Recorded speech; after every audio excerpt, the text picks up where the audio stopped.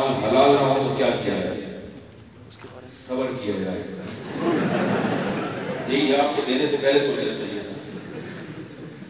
بوڑھے شخص جو بیماری کی حالت میں جب وہ چل پھر نہ سکے اور ان کو یورین بیگ لگا ہو تو ان پر وضو رسیدنے کا کیا حکم ہے؟ اسی طرح وضو کریں گے، اسی طرح نماز پڑھیں گے. مجبور ہے، وہ معذور ہے، کوئی حل نہیں.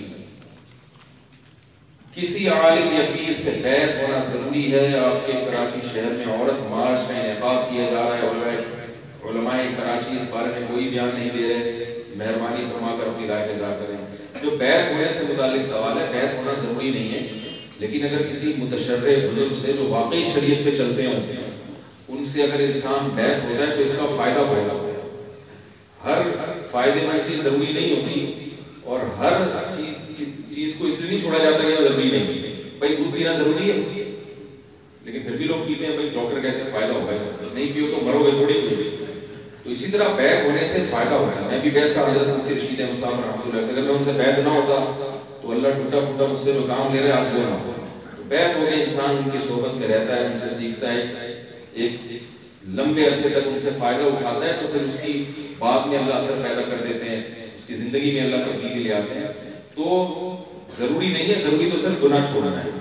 فرائض واجبات پورے کریں، گناہ چھوڑیں. اگر بیعت کر کے گناہ نہیں چھوڑ دے تو کوئی فائدہ نہیں ہے، اور اگر بیعت نہیں کر کے گناہ چھوڑ دے تو فائدہ ہی فائدہ ہے. لیکن مشاہدہ یہ ہے کہ بیعت کرنے کے بعد فائدہ جلدی ہوتا ہے.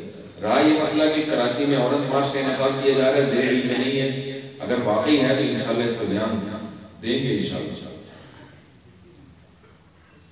شادی کے موقع پر مہر کے علاوہ 3 یا 2 لاکھ روپے لیے جائیں جس کا دلہن کے لیے سامان وغیرہ بنایا جاتا ہے، اس کا کیا حکم ہے؟ نیز ذکر بالجہت بدعت ہے کیا؟ مہر کے علاوہ 2-3 لاکھ روپے جو لیے جاتے ہیں وہ مہری کا حصہ شامل کر لینا چاہیے اس میں.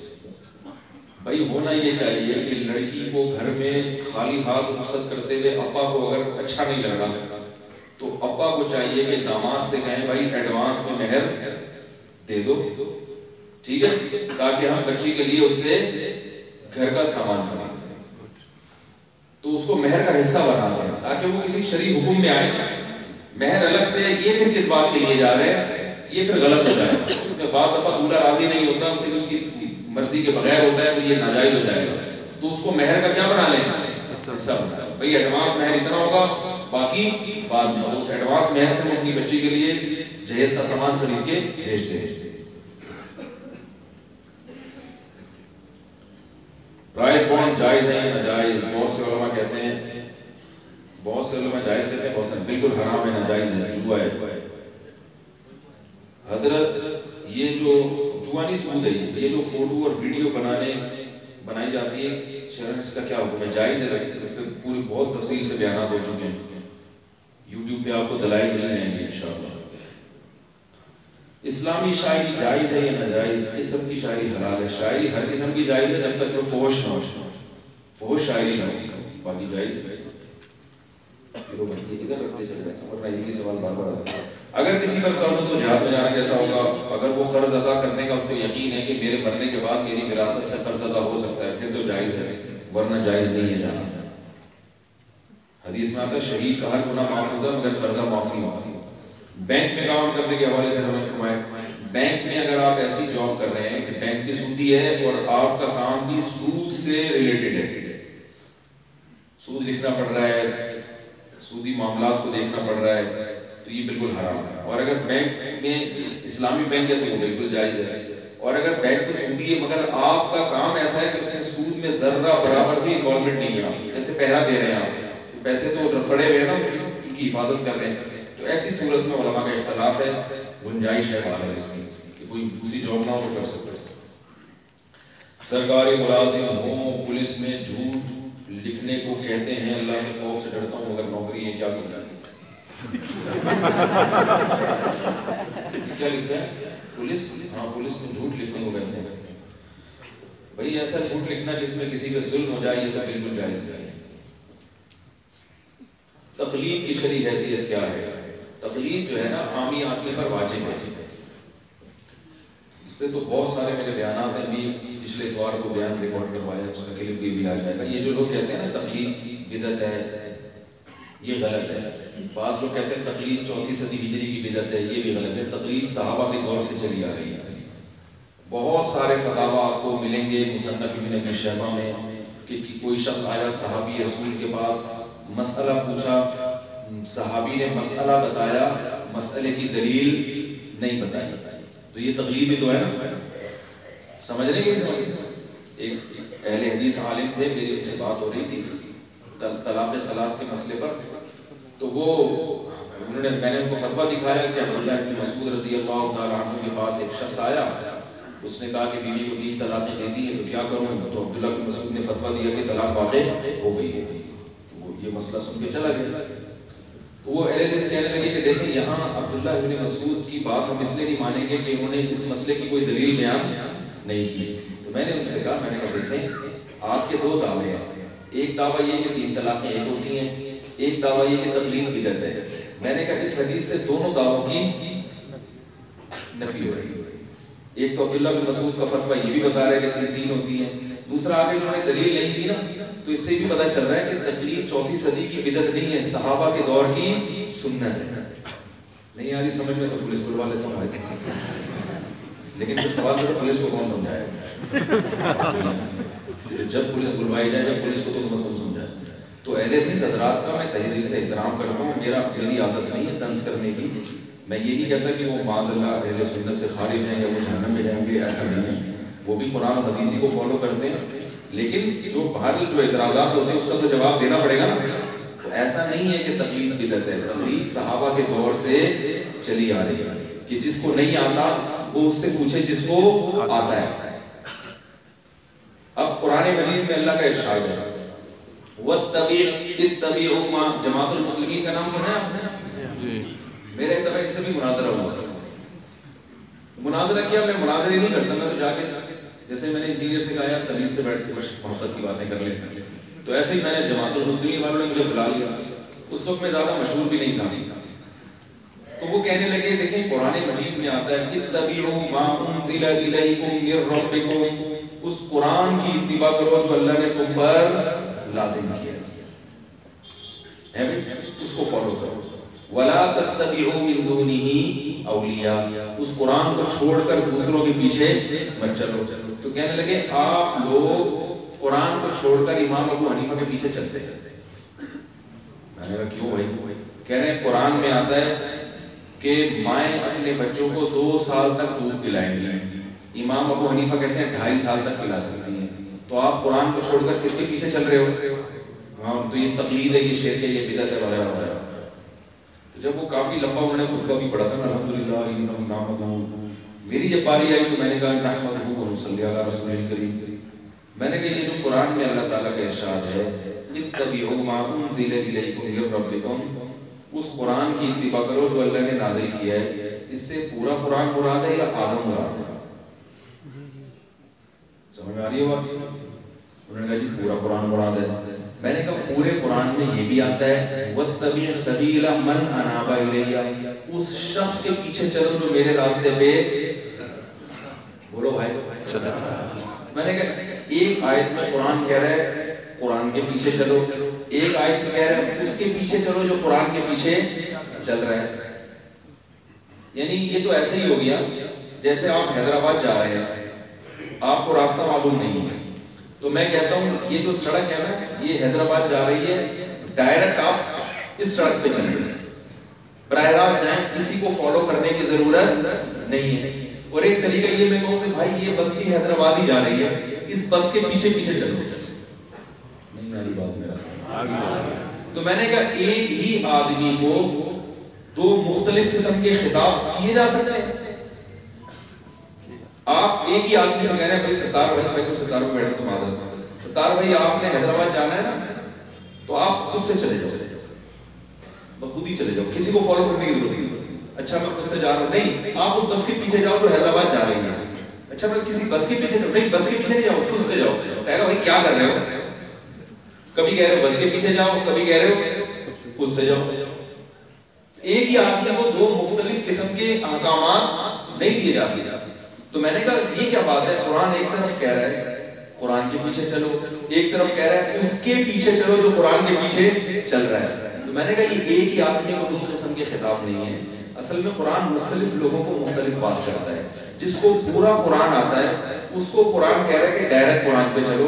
جس کو پورا نہیں آتا, میں نے کہا جیسے آپ کو پورا نہیں آتا, ابھی دوسری آیت میں نے آپ کو بتائی ہے, اس سے پتہ چلتا ہے آپ کو پورا نہیں آتا, تو وہ اس کے پیچھے چلے جس کو پورا آتا ہے. نہیں آ رہی بات نہیں. تو میں نے کہا یہ عوام کو پورا قرآن نہیں آتا. پورے قرآن سے فلق سے لے کے بناس تک آیتوں کا یاد کر لینا نہیں ہے. قرآن کی تشریح میں ساری حدیثیں بھی تو آتی ہے نا. پھر حدیثوں کا صحیح اور ضعیف ہونا, ناسخ اور منسوخ ہونا, پھر اصول معلوم ہونا کہ کون سی آیت کو کون سی حدیث سے قرآن کی کون سی آیت منسوخ ہو سکتی ہے, کون سی منسوخ نہیں ہو سکتی. پورا ایک علم ہے. رہا یہ مسئلہ کہ قرآن مجید نے یہ جو کہا ہے کہ مائیں اپنے بچوں کو 2 سال دودھ پلائیں, اور امام حنیفہ کہتے ہیں 2.5 سال, تو میں نے کہا یہ اس لیے کہتے ہیں کہ آپ کو صرف 2 سال والی آیت آتی ہے, 2.5 سال والی پتہ نہیں. تو امام حنیفہ کو جو پورا قرآن آتا ہے نا, ان کو 2 سال والی بھی پتہ ہے اور 2.5 سال. اس لیے امام حنیفہ پیچھے چلتے ہیں کیونکہ ان کو پورا قرآن آتا ہے, آپ کو نہیں آتا, پھر بھی ڈائریکٹ چلنے کی کوشش کرتے ہیں. تو کہتے ہیں وہ کون سی آیت ہے, میں نے کہا اسی آیت سے پتہ چلتا ہے, اشارہ ملتا ہے. والوالدات یرضعن اولادهن حولین کاملین, مائیں اپنے بچوں کو مکمل 2 سال دودھ پلائیں گی. آگے آتا ہے فَإِنْ أَرَادَا فِصَالًا, بس اگر وہ دونوں ارادہ کر لیں دودھ چھڑوانے کا, عن تراضٍ آپس کی رضامندی سے. میں نے کہا بھائی اگر 2 سال کے بعد دودھ پلانا حرام ہوتا تو قرآن یہ نہ کہتا کہ فاق کا مطلب ہے تاقیب مع الوصل, کہ اس کے بعد یہ کام ہو رہا ہے, تو پھر آپس کی رضامندی سے دودھ چھڑانے کا ذکر نہیں ہوتا. اس میں اشارہ ملتا ہے کہ اس کے بعد بھی پلانے کی گنجائش ہے. اور میں نے کہا عقل یہ کہتی ہے کہ 2 سال تک تو مکمل دودھ پلایا جائے. ویسے بھی 2 سال مکمل جب دودھ پلائیں گے ایک دم چھڑانا کسی کے بس میں نہیں ہوتا, تو 6 مہینے کا جو عرصہ ہے یہ دودھ چھڑوائی کا عرصہ ہے. نہیں آ رہی بات. تو میں نے کہا ان کو پورا آتا تھا نا, اس لیے رہا یہ کہ حدیث میں آتا ہے کہ لا رضاع بعد الحولین, 2 سال کے بعد رضاعت نہیں ہے. تو قرآن اور حدیث میں انہوں نے تطبیق دی ہے کہ اس سے مراد ہے وہ رضاعت جس میں عورت اجرت کی مستحق ہوتی ہے. کیونکہ تو عورت کو طلاق ہو جائے نا, تو جب تک بچے کو دودھ پلاتی ہے تو اس کو مرد پہ لازم ہوتا ہے اس کو اجرت دے. 2 سال کے بعد عورت اجرت کی مستحق, بولو بھائی نہیں. پھر بھی فتویٰ میں نے کہا اس میں صاحبین کے قول پر ہے کہ 2 سال کے بعد پلانے کی اجازت نہیں دیتے ہیں احتیاط کی وجہ سے. تو علم آج کل مارکیٹ سے کیا چل رہا ہے, اعتراضات میں ہر آدمی فنٹر بنا ہوا ہے. جو یہ کہہ رہا ہے نا وہ حنیفہ کے پیچھے مت چلو, مطلب ہوتا ہے کہ میری تحقیق پر عمل کرو, سمجھ رہے ہیں, ان کو چھوڑ دیں, ہم آپ کے پیچھے چلنا شروع ہو جائیں. تو پورا قرآن ساری حدیثیں لوگوں کو نہیں پتا. میں ابو ظہبی میں تھا, ایک صاحب نے اعتراض کیا کہ حدیث میں تو آتا ہے کہ لا صلاۃ الا بفاتحۃ الکتاب, سورہ فاتحہ کے بغیر نماز نہیں ہوتی. آپ کیوں پڑھتے ہیں, آپ کیوں کہتے ہیں امام کے پیچھے فاتحہ نہیں پڑھی جائے؟ میں نے کہا صحیح مسلم کی حدیث میں آتا ہے انما جعل الامام لیتم بہ, امام کو امام اس لیے بنایا جاتا ہے کہ اس کو فالو کیا جائے. فاذا کبر فکبروا, امام جب تکبیر کہے تو تکبیر کہو. واذا قرأ فانصتوا, قراءت شروع کرے تو خاموش ہو جاؤ. واذا قال ولا الضالین قولوا آمین, جب ولا الضالین کہے تو کیا کہو, آمین کہو. واذا رکع فرکعوا, رکوع کرے تو فرکعوا. میں نے کہا ایک ہی چیز بتائی جا رہی ہے, امام نے یہ کرنا ہے, مقتدی نے یہ کرنا ہے. تو میں نے کہا یہاں تو مقتدی کی فاتحہ, بھائی اگر یہ والی حدیث ہے تو یہ والی بھی تو ہے نا, آپ کو وہ والی پتہ ہے, یہ والی کہ آپ بالکل بن جاتے ہو جیسے کچھ ہے ہی. اور میں نے کہا حدیث میں یہ بھی آتا ہے, صحیح حدیث ہے, من کان لہ امام فقراءۃ الامام لہ قراءۃ, جس شخص کا کوئی امام ہو تو امام کی قراءت مقتدی کے لیے کافی. پھر بھی ہم ان فروعی مسائل سے لڑائی جھگڑوں کے قائل نہیں ہیں, جو جس طرح کر رہا ہے ٹھیک ہے, لیکن زیادہ فنڈر گیری کی کوشش نہیں کرنی. اپنے آپ کو مجتہدین سے آگے نکالنے کی کوشش نہ کریں. سمجھ رہے, تو تقلید صحابہ کے دور کی سنت ہے, بدعت نہیں ہے. جس کو نہیں آتا تھا وہ اس کی تقلید کرتا تھا جس کو سب کچھ آتا تھا. ادھورا علم والا کامل علم والے کی تقلید ہی کرے گا. ہاں یہ ایک الگ سوال ہوتا ہے, پھر امام حنیفہ ہی کی کیوں کر رہے ہو, کسی کی بھی کر لو. سمجھنے کہ نہیں سمجھنے, وہ ہم اس لیے کہتے ہیں کہ جب تک یہ فقہ مدون نہیں تھے اس وقت تک تو کسی کی بھی کر لی جاتی ہے, لیکن جب ایک فقہ مدون ہو گیا, قانون کتابی شکل میں لا لکھ لیا گیا ہے, تو پھر انہی میں سے کسی ایک کو فالو کرنا پڑے گا. اس کی مثال بالکل ایسے ہے جیسے حضرت عثمان رضی اللہ تعالیٰ عنہ کے دور سے پہلے لوگوں کے پاس قرآن کے مختلف مصحف تھے. ہر آدمی کا اخپل قرآن تھا. اخپل سمجھتے ہیں؟ ہر آدمی نے اخپل طریقے سے قرآن لکھا ہوا تھا. کسی نے سورہ نساء پہلے لکھی تھی، آل عمران بعد میں، کسی نے آل عمران پہلے، سورہ نساء بعد میں، کسی نے سورہ فاتحہ اور سورہ فلق سورہ ناس لکھی نہیں تھی قرآن میں. عبداللہ بن مسعود نے لکھی نہیں تھی. انہوں نے کہا یہ تو سب بچوں کو یاد ہوتی ہے، اس کو قرآن میں لکھنے کی ضرورت ہے ہی نہیں. سمجھ رہے کہ نہیں سمجھ رہے؟ اخپل طریقے سے ہر ایک نے لکھا ہوا تھا. ایک آدمی حضرت عائشہ کے پاس آیا کہ میرے پاس جو قرآن ہے فلاں کے پاس قرآن سے کیا ہے مختلف، ادھر یہ سورت پہلے لکھی ہوئی ادھر بعد میں. حضرت عائشہ نے فرمایا اس سے کیا فرق پڑتا ہے بھائی، یہ والی سورت انہوں نے پہلے لکھی تم نے بعد میں لکھی تو کیا ہو گیا، سورت تو وہی ہے نا.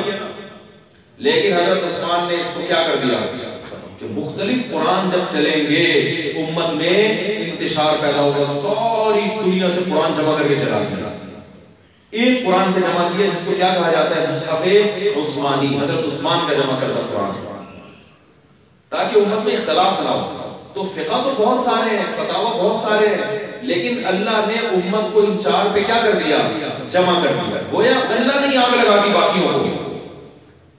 تو کتابی شکل میں ہمارے پاس یہ چار فقہ ہی ملتے ہیں، اس کے علاوہ پانچ کا کوئی ہے نہیں. اہل حدیث حضرات سے انتہائی ان کے احترام کے ساتھ کوئی طنز اعتراض مقصد نہیں ہے، وہ بھی قرآن و حدیث کو فالو کرتے ہیں، لیکن اب تک ان کا کوئی فقہ وجود میں کتابی شکل میں نہیں آیا، اب تک نہیں آیا، کوئی ریٹن فارم میں نہیں ہے.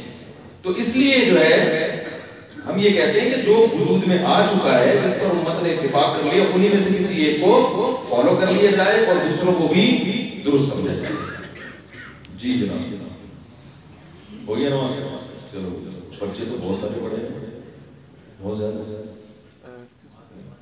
چلیں ٹھیک ہے، تو نماز کے بعد بیٹھنا ہے چھٹی ہے جی. چلو اس کے بعد کیا ہے اور ایک تو سوال لے لیتے ہیں چارے بہت یہ یہاں سے ادھر سے چھوڑ دیں. سر جامعۃ الرشید کے بارے میں بتا دیں، کوئی بچہ ایڈمیشن لینا چاہے تو اس کے لیے کوئی بھی بچہ ایڈمیشن لینا چاہے میٹرک شرط ہے کہ جامعۃ الرشید میں جو نظام تعلیم ہے وہ یہ ہے کہ میٹرک کے بعد وہ دنیاوی دینی علوم دونوں ساتھ ساتھ چلا. جی جی باتیں تو کافی ساری مولانا صاحب ہو گئی، صرف ایک چیز کا ہوتا ہے ہم لوگ کو سب سے بڑا ہم لوگوں کے ساتھ جو مسئلہ ہے، ہم لوگ اپنی بیٹیوں کو بہنوں کو ان کا حق نہیں دیتے وراثت میں. یہاں پہ قرآن کی حد تک تو ہم لوگ ضرور پڑھتے ہیں کہ ان کے حقوق ہے، لیکن دینے والا کوئی نہیں. جی یہ تو قرآن میں اللہ کا ارشاد ہے لا یحل لکم ان ترثوا النساء کرہا. ایمان والو تمہارے لیے حلال نہیں ہے کہ عورت کے مال کے زبردستی وارث بن جائے. تو عورت کا ذکر تو اللہ نے الگ سے قرآن میں کیا کہ اس کے پیسے کھانے کی آپ کو اجازت نہیں ہے. تو بہت بڑا جرم ہے اگر وراثت معاف کروا لیتے ہیں زبردستی، یہ معاف نہیں ہوتا ہے. اس سے کوئی سوال پوچھیں؟ چلیں بہت